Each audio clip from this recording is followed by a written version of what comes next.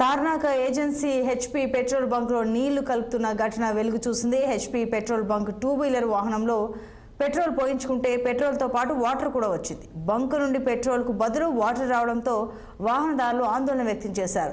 Tarnaka agency HP petrol bunk manager నిర్లక్ష్యమైన సమాధానం చెప్పడంతో వాహనదారులు ఆందోళన దిగారు. కారులో పెట్రోల్ పోయించుకున్న వాహనదారుడు కొద్దిసేపటి తర్వాత కారులో సమస్య రావడంతో వాహనదారుడు చెక్ చేశాడు. పైపులో నుండి నీరు రావడంతో పెట్రోల్ బంక్ ముందు ఆందోళన చేపట్టారు.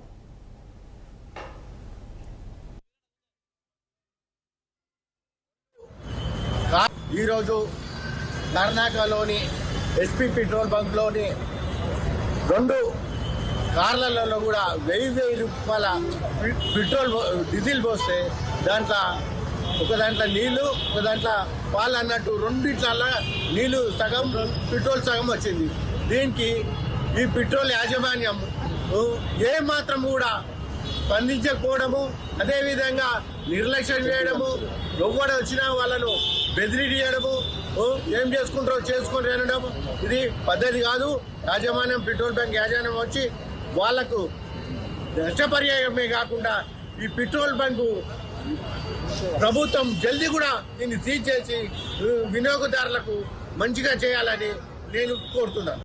ఈరోజు కర్ణాటకలోని ఎస్పీ